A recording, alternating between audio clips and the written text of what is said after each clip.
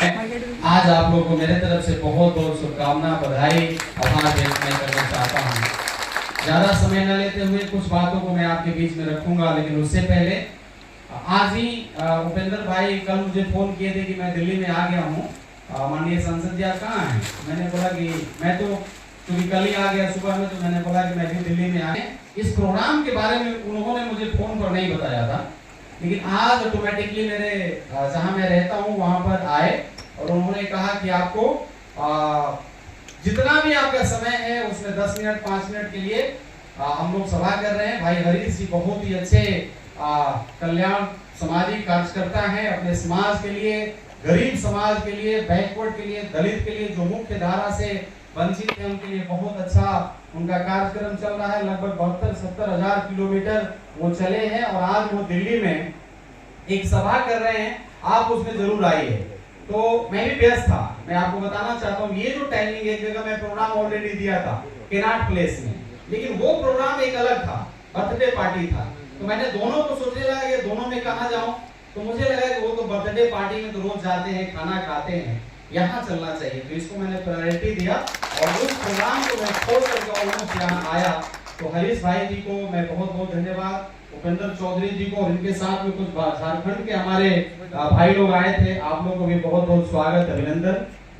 आप सबको मालूम है कि बाबू जगजीवन राम जी का ये फोटो देख रहे हैं ना, ये फोटो सामने में देखिए, यही बाबू जगजीवन राम जी हैं और उसी धरती से मैं सांसद बन के आया, जिस धरती से ये आजीवन सांसद रहे, कभी नहीं हारे। इवन जिस दिन मरे थे वो भी सांसद ही थे मरने वक्त। तो आपको मालूम होना चाहिए इनकी बेटी पुत्री आदरणीय माननीय मीरा कुमार जी, वो भी वहां से सांसद रही इनके बाद। और इस बार बहन जी ने कहा कि अब मैं नहीं लड़ूंगा, क्योंकि 2 बार पिछला 14 और 19 में वो पराजित हो गई थी, हार गई थी। तो इस बार उन्होंने कहा मेरा एज बेटा बहुत हो गया और अब मैं चुनाव लड़ने लायक नहीं हूँ, आप चुनाव लड़ो और चुनाव तुम्हें जितना भी है। अब चूंकि समस्या ये था कि नारा चल रहा था एक तरफ, क्योंकि पार्टीगत मैं नहीं जाना चाहता हूँ, लेकिन फिर भी मैं ऋणी हूँ इस समाज का, मैं एक गरीब बाप का बेटा हूँ। मैं आप लोगों को बताना चाहता हूँ कि आज भी मुझे याद है जब मेरे पिताजी, जिस समाज से आप लोग आते हैं, क्योंकि बहुत अंतर नहीं है, हम दलित हम लोग की तरफ जहाँ हम रहते हैं वहाँ बहुत अंतर नहीं है, आपके समाज में और हमारे समाज में बहुत अंतर नहीं है ज्यादा, हम सब लोग एक हैं, इक्वल हैं, बराबर हैं। हम तो देखते हैं, तो जिस समाज से हम आए हैं, मैं देखा मेरे पिताजी, जब मैं 5 साल का हुआ करता था तो मेरे पिताजी बहुत बार मुखिया के पास में गए, बहुत बार वीडियो के पास में गए और एक ही चीज मांगते थे, बस एक चीज उनका मांगना था, वो यही कहते थे, अपना पगड़ी उतार करके वीडियो के पैर में रखते थे और ये मुखिया के पैर में रखते थे और एक ही चीज मांगते थे।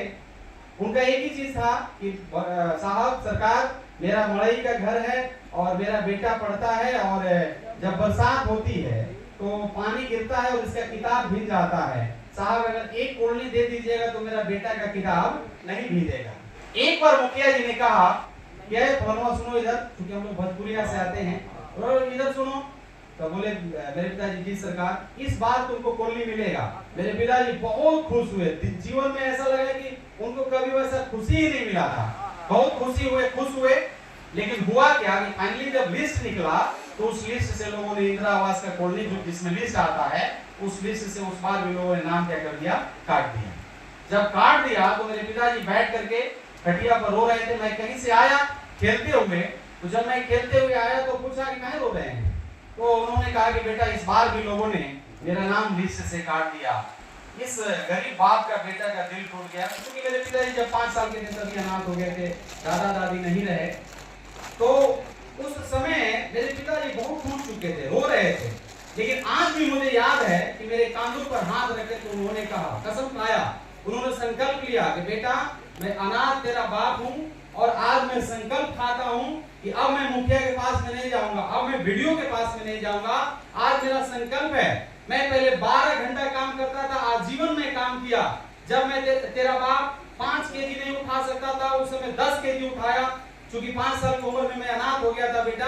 लेकिन आज मैं संकल्प लेता हूँ, आज मेरा संकल्प है कि 24 घंटा काम करना होगा, मैं करूंगा बेटा। अब तुझे एक काम करना होगा। मैंने बोला क्या?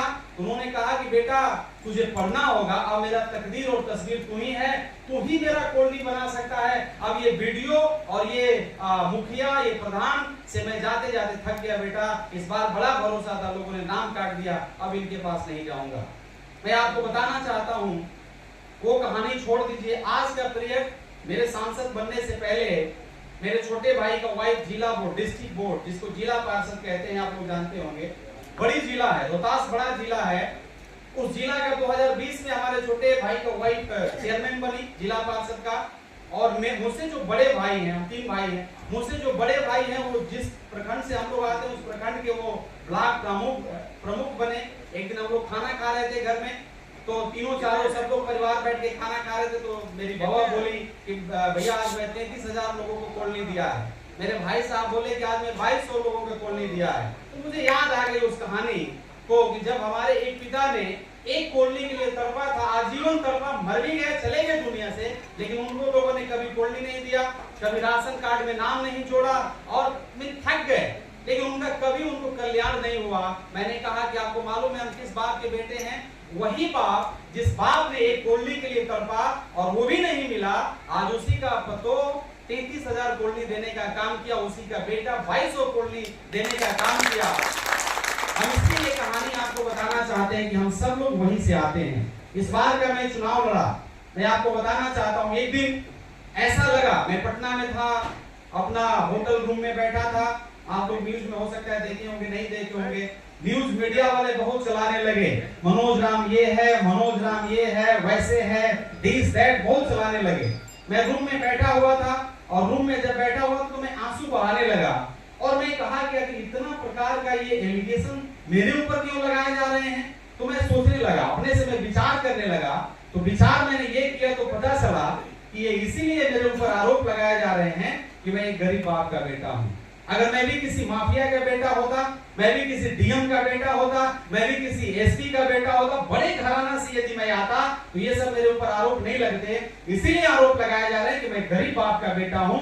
लेकिन मैं आपको धन्यवाद देना चाहता हूं, इस समाज का धन्यवाद देना चाहता हूं, क्योंकि हम लोग की तरफ चौहान नुनिया बोलते हैं, आपके समाज को बिंद बोलते हैं, और बड़े तादाद में है। मेरे पार्लियामेंट में 2 लाख वोट है, 3-3.5 लाख समारोह का वोट है, और 2 लाख आप लोगों का वोट है।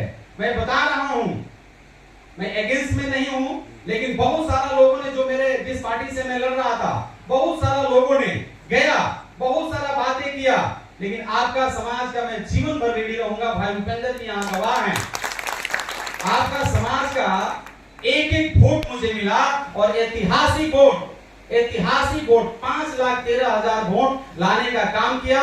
और बड़ी पार्टी आप सबको मालूम होगा, जिसका 400 पार का नारा था, उसको रोकने का मैं काम किया अपने पार्लियामेंट में।